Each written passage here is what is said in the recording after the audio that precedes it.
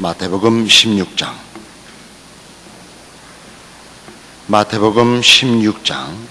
21절에서 24절까지 말씀을 봉독해 드립니다. 마태복음 16장 21절에서 24절까지 말씀입니다. 이때로부터 예수 그리스도께서 자기가 예루살렘에 올라가 장로들과 대제사장들과 서기관들에게 많은 고난을 받고 죽임을 당하고 제3일에 살아나야 할 것을 제자들에게 비로소 가르치시니, 베드로가 예수를 붙들고 간하여 가로되 주여 그리 마옵소서, 일이 결코 주에게 미치지 아니하리이다. 예수께서 돌이키시며 베드로에게 이르시되 사단아 내 뒤로 물러가라. 너는 나를 넘어지게 하는 자로다. 내가 하나님의 일을 생각지 아니하고 도리어 사람의 일을 생각하는도다 하시고, 이에 예수께서 제자들에게 이르시되 아무든지 나를 따라오려거든 자기를 부인하고 자기 십자가를 지고 나를 쫓을 것이니라.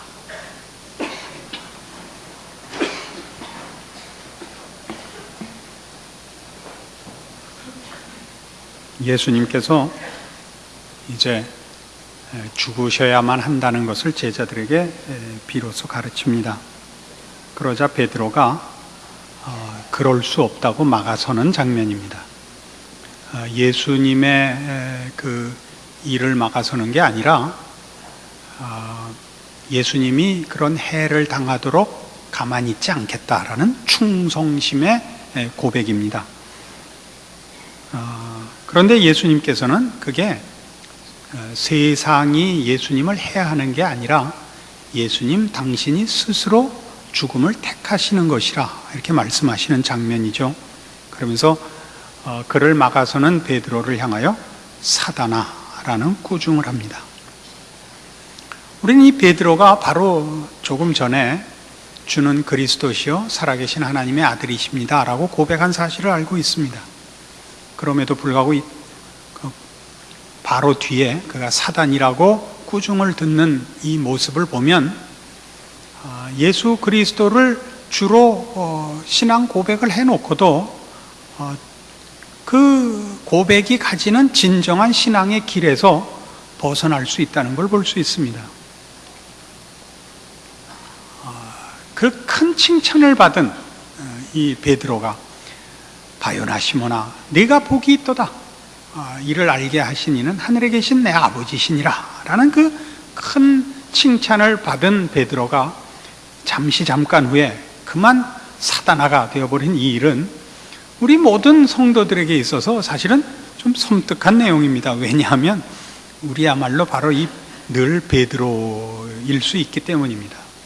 진심 어린 신앙 고백을 갖고 있으나 늘 그 고백에 미흡한 신앙생활을 하기 일쑤니까요. 그런데 문제는 이 미흡한 신앙생활이라는 것이 실천에 있어서의 문제가 아니라 근본적인 이해에 있어서 일어나는 잘못이라는 데 오늘 본문이 가는 큰 뜻이 있습니다. 예수님께서 베드로를 향하여 사단아라고 이 꾸중을 한 대목은 마태복음 4장에 기록된 처음 예수님께서 공생애를 시작하시기 직전에 광야에 나가셔서 40일 금식 기도하시고 사단의 시험을 받는 장면을 연상시킵니다. 그때 사단이 와서 3번의 시험을 하는 가운데 맨 마지막에 높은 곳에 예수님을 이끌고 가서 천하 만물을 보이면서 내게 절하면 다 주겠노라 라고 했던 마지막 시험을 연상시킵니다. 예수님의 대답을 기억하시죠? 사단아 물러가라. 그리고 오직 여호와 하나님께만 경배하라 라고 했던 그 장면이 여기서 연상되는 것입니다.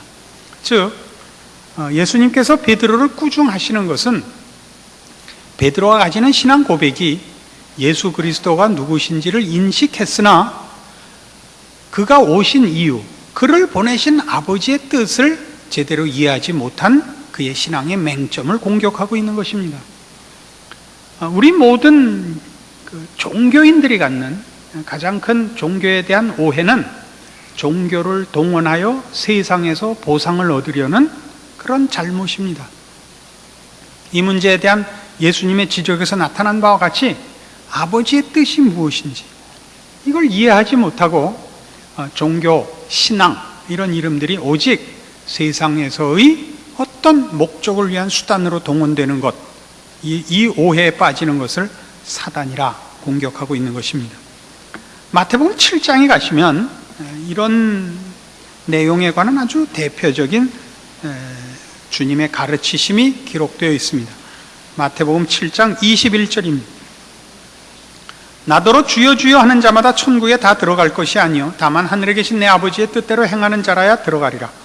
그날에 많은 사람이 나더러 이르되 주여 주여 우리가 주의 이름으로 선지자 노릇하며 주의 이름으로 귀신을 쫓아내며 주의 이름으로 많은 권능을 행치 아니하였나이까 하리니 그때 내가 저희에게 밝히 말하되 내가 너희를 도무지 알지 못하니 불법을 행하는 자들아 내게서 떠나가라 하리라. 여기 그 아주 대표적인 사례가 기록되어 있습니다. 마지막 심판 때에서 어떤 이들이 자신들은 주님 앞에 마땅히 큰 보상을 받으리라 확신하고 있는 자들이 있는데 저들이 잘못됐다는 것을 지금 지적하고 있습니다. 저들의 확신은 어디에서 나왔느냐 하면 저들이 종교적인 열심과 종교적인 능력을 행했다는 데 있고 주님의 지적은 그러나 그것이 나와 아무 상관이 없었다라는 데 있습니다. 21절이 뭐였죠?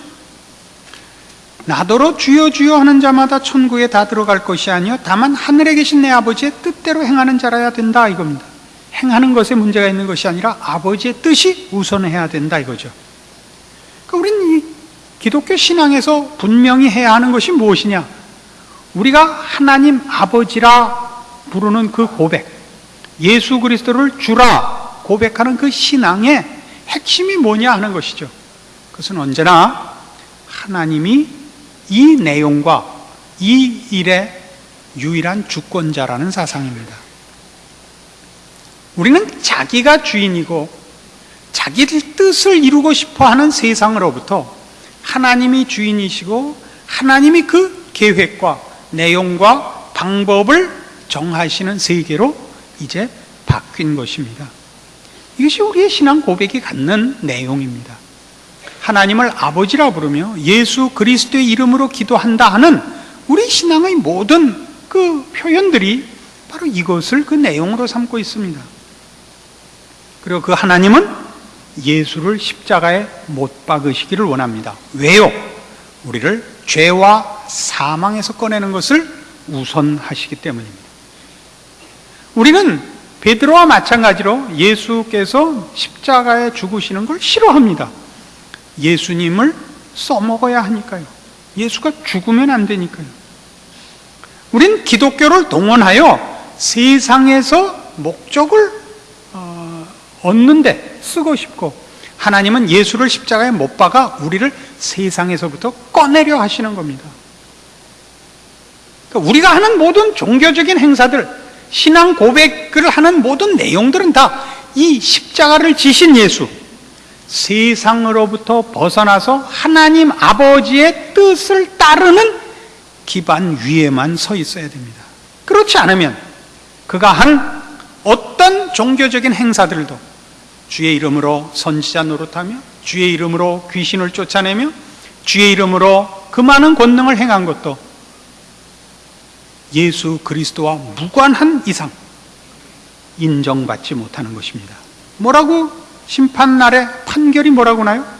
그때 내가 저희에게 밝히 말하되 내가 너희를 도무지 알지 못하니 불법을 행하는 자들아 내게서 떠나가라 하리라. 주님과 관계가 없는 것입니다. 주께서 십자가를 지심은 우리를 죄와 사망에서 꺼내어 의와 진리의 거룩함으로 지으심을 받은 새 사람으로 만들기 위함입니다. 이 싸움이 틀리면 안 되죠. 우리는 우리가 고백하며 자신하며 내용으로 삼는 모든 신앙의 것들이 하나님과 연결되며 거룩과 연결되며 신령한 것과 연결되어야 합니다. 우리가 그렇게 고백을 하고 있습니다. 그러면서도 예수 그리스도의 십자가를 부인하는 일이 늘 자행되고 있다는 사실을 스스로 점검해 보셔야 됩니다. 그래서 이 마태복음 7장은 이 이 사례를 무슨 비유로 끌고 가서 우리에게 이해를 돕는가 보십시오. 반석 위에 지은 집과 모래 위에 지은 집이라는 비유로 우리를 인도합니다. 그 앞에 있었던 사례가 의미하는 게 무엇인지를 분명히 하려고요. 그 비유는 뭐였습니까? 반석 위에 지은 지혜로운 사람과 모래 위에 집을 지은 어리석은 사람에 관한 비유입니다. 주의 말씀을 듣고 실천한 사람과 주의 말씀을 듣고 실천하지 않은 사람의 비유가 아닙니다. 충성된 사람과 게으른 사람의 비유가 아니고 둘 다 집을 지었는데 반석 위에 지은 사람과 모래 위에 지은 사람, 주의 말씀 위에 지은 사람과 자기 생각 위에 지은 사람의 비유입니다. 그래서 지혜로운 사람과 어리석은 사람의 비교이지 실천한 사람과 게으른 사람의 비교가 아닙니다. 너희가 한 신앙이 무엇 위에 서 있느냐라고 묻고 있는 것입니다. 그래서 예수 그리스도를 주는 그리스도시요 살아계신 하나님의 아들이십니다라고 고백을 했으면 그분만이 우리의 운명과 우리의 신앙의 내용과 우리의 존재와 우리의 인생의 모든 가치들을 정하시는 분입니다. 그분이 하라는 대로 해야 됩니다. 우린 우리가 정한 목적과 우리가 갖고 싶은 내용들에 이 하나님과 예수 그리스도를 수단으로 자꾸 동원하고 싶어 합니다. 여러 번 강조하지만 여러분들이 가지는 신앙상의 모든 불평이 어디서 오는가 보십시오. 내 목적을 이루어 주시지 않는 하나님에 대한 불평입니다. 그건 신앙이라 그러지 않습니다. 욕심이라고 합니다. 사무엘상 15장에 가보시겠습니까? 구약성경 사무엘상 15장에 가시면 이스라엘의 첫 번째 왕으로 뽑힌 사울이 이제 하나님의 명령을 따라 아말렉을 진멸하라는 그 임무를 수행하는 장면이 나옵니다. 진멸하라고 했습니다. 가축도 모든 아말렉 족속도 다 진멸하라고 했으나 그가 그 중에 좋은 가축들을 남겨옵니다. 20절 말씀 봅시다. 사울이 사무엘에게 이르되 나는 실로 여호와의 목소리를 청종하여 여호와께서 보내신 길로 가서 아말렉 왕 아각을 끌어왔고 아말렉 사람을 진멸하였으나 다만 백성이 그 마땅히 멸할 것 중에서 가장 좋은 것으로 길갈에서 당신의 하나님 여호와께 제사하려고 양과 소를 취하였나이다. 사무엘이 가로되 여호와께서 번제와 다른 제사를 그 목소리 순종하는 것을 좋아하심같이 좋아하시겠나이까? 순종이 제사보다 낫고 듣는 것이 수양의 기름보다 나으니 이는 거역하는 것은 사술의 죄와 같고 완고한 것은 사신 우상에게 절하는 죄와 같음이라. 왕이 여호와의 말씀을 버렸으므로 여호와께서도 왕을 버려 왕이 되지 못하게 하셨나이다. 사울 왕은 하나님이 진멸하라고 한 것 중에서 남겨옵니다.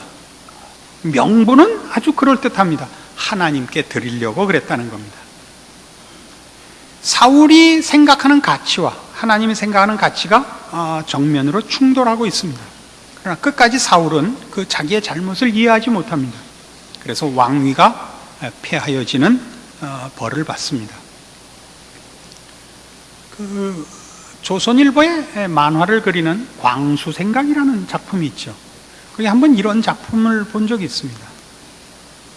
어떤 부인이 시내에 외출을 나갔는데 자기 남편이 어떤 여자하고 팔짱을 끼고 가는 걸 목격한 겁니다. 둘이 맞닥뜨렸어요. 남편이 너무나 당황해서 한다는 소리가 여보 인사해 처제야.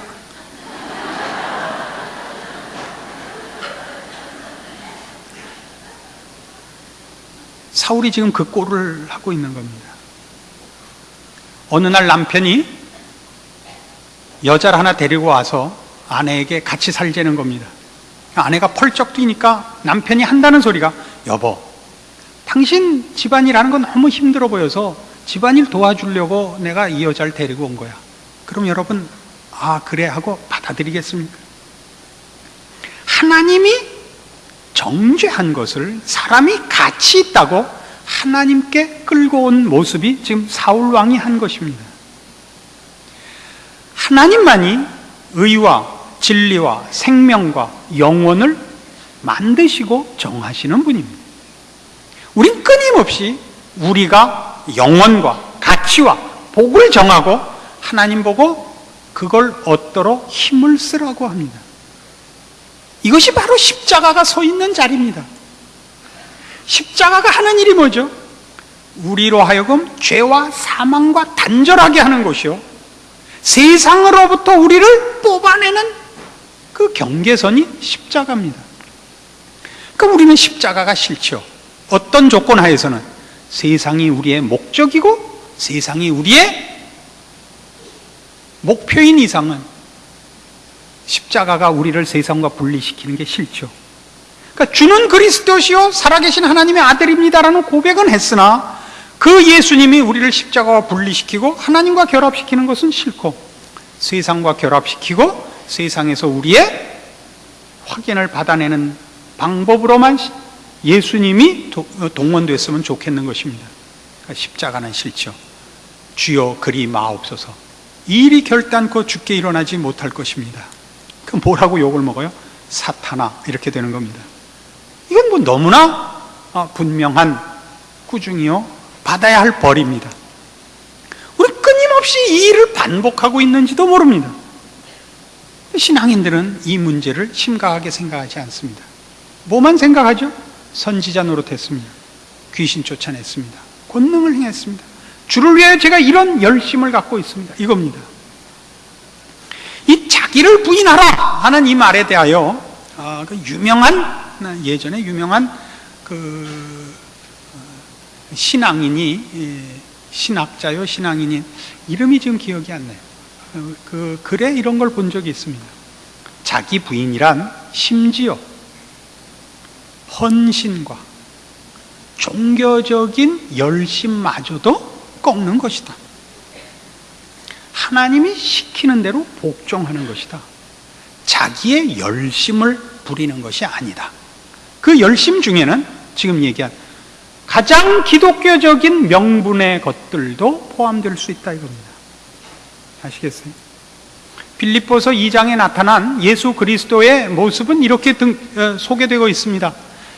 자기를 비워 종의 형체를 가져 사람들과 같이 되었고 사람의 모양으로 나타나셨으며 죽기까지 복종하셨으니 곧 십자가에 죽으심이라.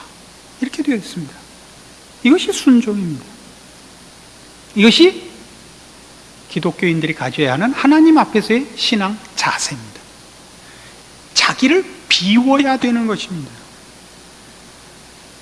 오직 하나 갖고 있는 것은 하나님이 시키시는 일에 순종하겠다는 그 단 하나의 조건만 있어야 됩니다. 내가 내 헌신과 내 열심에 내용과 목표도 세우지 않습니다. 비우는 것입니다. 그게 자기 부인입니다. 이것이 일어나지 않으면 십자가가 소용이 되질 않습니다. 우린 끊임없이 당시 유대인들이 그랬던 것 같이 예수님이 십자가를 지는 게 싫습니다. 우리는 기독교가 이렇게 힘이 없는 게 싫습니다. 왜요? 죄와 사망을 우리의 신앙과 대입시킬 줄 모르기 때문입니다. 십자가가 한 일, 죄와 사망에서 나를 꺼내고 의와 진리의 거룩한 사람으로 불러낸 변화를 이해하지 못하니까 기독교가 물질과 세상의 명리라는 차원에서 쓸모있기를 바라게 되는 것입니다. 고린도후서 15장에 가보시겠습니다. 고린도후서 5장. 고린도후서 5장.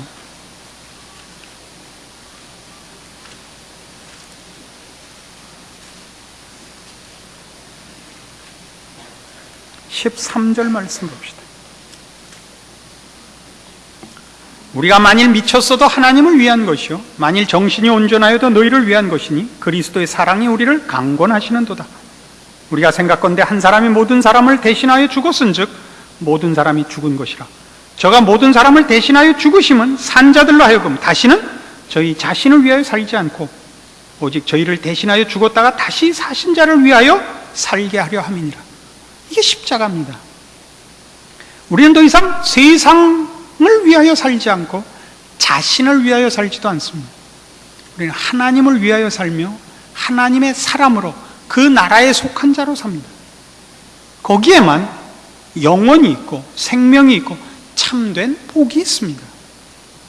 그 나라를 다스리시는 우리 하나님 아버지시며 우리를 그 나라에 살게 하기 위하여 예수님께서 우리를 이 세상에서부터 끄집어내셨고 십자가로 그 일을 이루셨습니다.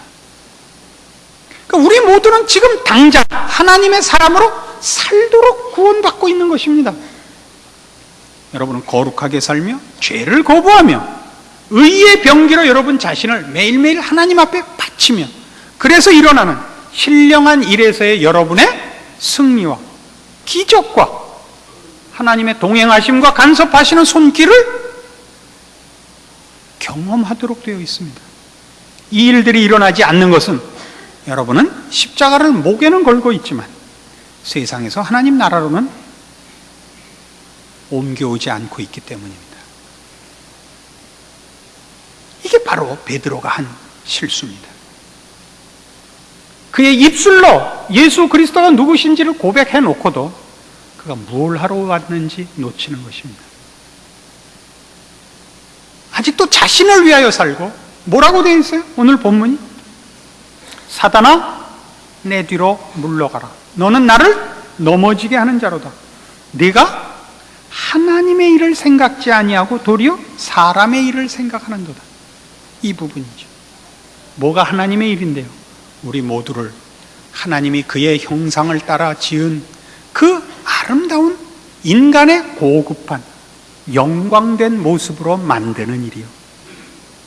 죄와 사망을 벗어나 거룩하고 아름답고 영광스러운 인간의 참모습을 찾으며 하나님의 복주심과 통치 아래서 행복을 누리는 것이요. 이것이 진정한 신앙의 가치요. 십자가의 목적입니다. 이러한 고백이 교회에 드물고 개인 신앙의 경험들 속에 드러나지 않는 이유는 여러분들이 십자가를 고백한 그 고백이 무엇을 의미하는지 이해하지 못한 것이요, 그것을 따라 충성하지 않는 탓입니다. 오늘 당장 이 말씀을 들은 여러분 모두가 여러분의 신앙 고백을 하나님 앞에서 확인하시고 그 고백을 따라 충성하시기를 바랍니다. 여러분의 복된 인생을 막을 자가 없습니다. 신자된 영광과 자랑들과 승리를 방해할 것이 없습니다. 여러분의 신자된 인생의 즐거움과 자랑이 없는 이유는 십자가를 넘어서지 않고 있기 때문입니다. 여러분이 고백한 신앙 고백이 갖는 힘과 그 복들과 그 운명에 대하여 여러분 참으로 성경의 요구와 증언에 부합한 신앙의 승리가 있기 위한 다시 한 번의 결단과 충성과 승리가 있기를 이 말씀을 근거로 하여 권합니다. 기도하십시오. 하나님 아버지 은혜를 감사합니다. 예수 그리스도를 십자가에 못 박아 우리를 죄와 사망에서 꺼내셨으며 자기를 중심하여 사는 이 세상에서 꺼내사 우리 거룩하신 하나님, 온천한 만물을 지으시며 우리를 사랑하시는 하나님의 자녀로 삼으셨습니다. 하나님을 아버지라 부르며 예수 그리스도를 주라 부르는 우리의 고백이 갖는 우리의 우리된 그 권리들과 영광들과 운명들에 대하여 우리는 자꾸 있습니다. 세상의 유혹에 자꾸 넘어집니다. 오늘 주신 말씀을 통하여 베드로의 실수가 우리에게 다시는 일어나지 않는 참다운 신앙의 승리와 신자된 자랑들이 영위되는 우리의 인생들이 되도록 오늘 주신 말씀으로 저희를 붙잡아 주시옵소서. 승리케 하여 주시옵소서. 충성할 수 있게 하여 주시옵소서. 예수님 이름으로 기도합니다. 아멘.